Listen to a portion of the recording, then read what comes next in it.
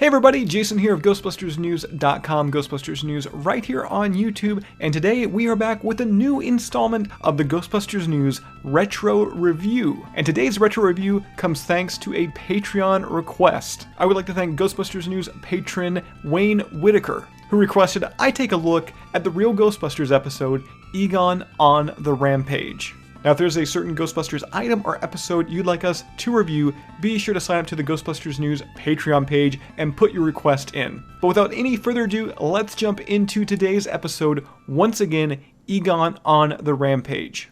And the episode kicks off with the characters seeming a little odd. I think I'll go run a few laps. Pete Venkman doesn't sweat. He shops. You coming? Nothing better to do.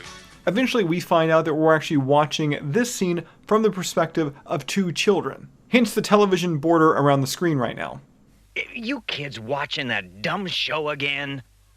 Aww, but Dad... Their dad tells them to watch something educational, and they turn it on 20, 40, 60. Pretty much a 60 minutes knockoff. And it looks like this episode of 20, 40, 60 is all about the real Ghostbusters. Are they legit, or are they con men? And it's revealed that the two news reporters, Sandy Van Sanders and Helen Schreck, well, their views are a little one-sided, as from the get-go, they're already against the Ghostbusters, getting all up in Janine's face. Office hours are 10 to 4.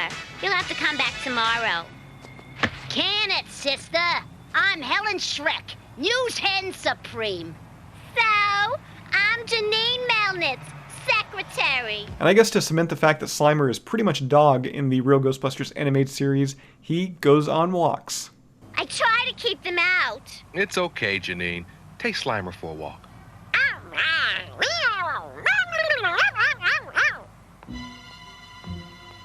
The reporters rush into a room and find Egon working on a brand new experiment. And you know what? Egon's actually cool with it. He thinks it may actually be for the better if they go public with this experiment. And what's the experiment? The dimension-o-meter. Kind of like the containment unit, I guess, but it just sends the ghost directly to another dimension. In other words, you might call it a plan to disperse spooks into the ozone layer? Yeah, sure, if you wanted to use the wrong words. Oh, that is a nice burn, Ray. What's the worst thing that could happen? Being locked in a room with you for a week. And nice burn, Peter. So they're going to test out this dimension-o-meter. As they unleash a ghost, they bust it, they cap it, they trap it. Well, I guess they don't really trap it, but they send it once again into this new experiment. But of course, there is a minor hiccup when the reporter, Sandy, starts playing around with the controls, causing it to overload. And while the machine does overload, it looks like something has happened to Egon. And what happened to Egon? Well, before we find out, we have to cut to a commercial break, because once again, we're watching a television show here. We seem to be having some technical difficulty with our feed from Helen and Sandy.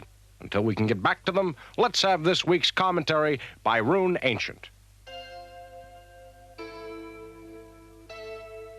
You ever notice if you stare long enough, you can see your fingernails grow? What in the... what? You ever notice how dust collects on you if you don't move? I hate that. Now, I think this character could be a spoof on 60 Minutes reporter Andy Rooney, who used to host A Few Minutes with Andy Rooney. It's my favorite knife. It looks too big, but I have a theory about knives. It's better to use a big knife, even for a small job. This'll carve a turkey or cut an olive in half. Okay. Back to the lab, Egon has most certainly changed. Winston, being the resourceful Ghostbuster that he is, finds surveillance footage showing that Egon's soul went into the dimension-o-meter, and a ghost left said dimension-o-meter and went inside Egon's body. Remember King Kong?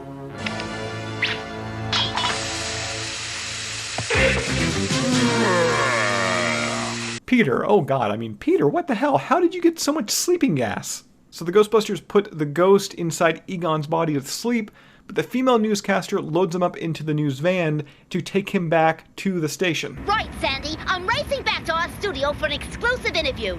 Oh, and did I mention the Ghostbusters only have 15 minutes to find Egon's soul and get it back into his body? So yeah, they're under a time crunch.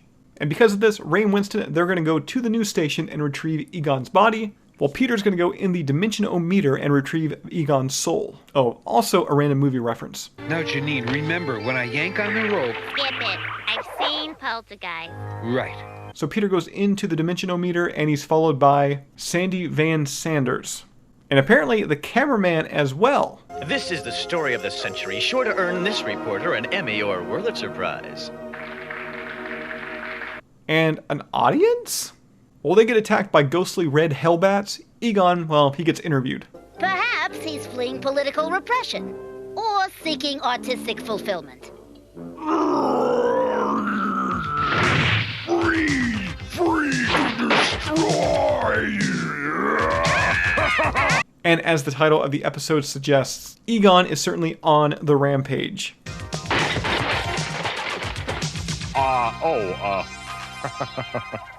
Hey, it's okay, buddy. I usually review action figures in my boxer shorts. Rampaging Egon runs out of the building, like right through the wall, and the Ghostbusters are on the pursuit.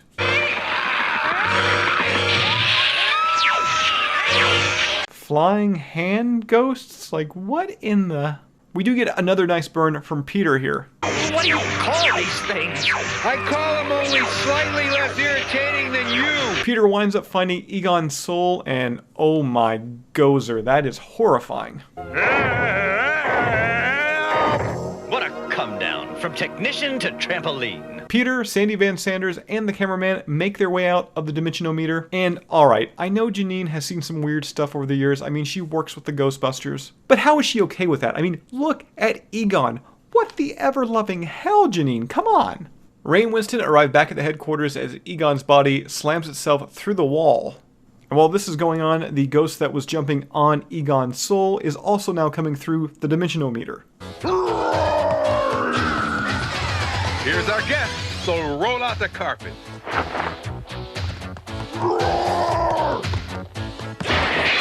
So that's how souls work. Oh, okay. The demon ghost that was inside Egon runs directly to the portal, slamming directly into the other ghost that was actually jumping on Egon's soul like it was a trampoline. And that, well, that's about it. Them running into one another closes the dimension-o-meter. Peter grabs the mic and closes out this newscast of 2040-60. Earlier, the question was asked, who needs the Ghostbusters? On the basis of this story, it's clear many need the Ghostbusters, while others just need a bath.